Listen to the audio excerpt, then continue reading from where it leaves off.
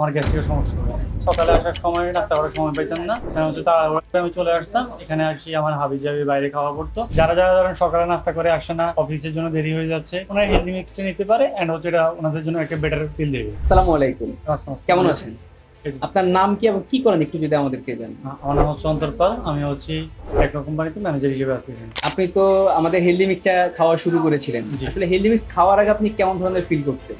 যেমন হচ্ছে আমি সকালে আসার সময় নাস্তা করার সময় পাইতাম না, কারণ হচ্ছে তাড়াহুড়ো করে আমি চলে আসতাম। এখানে আসি আমার হাবিজাবি বাইরে খাওয়া পড়তো, যেটা আপনার আমার গ্যাস্ট্রিকের সমস্যা হবে। পেটে বিভিন্ন ধরনের সমস্যা হইতো বা গ্যাস্ট্রিক প্রবলেম হতো।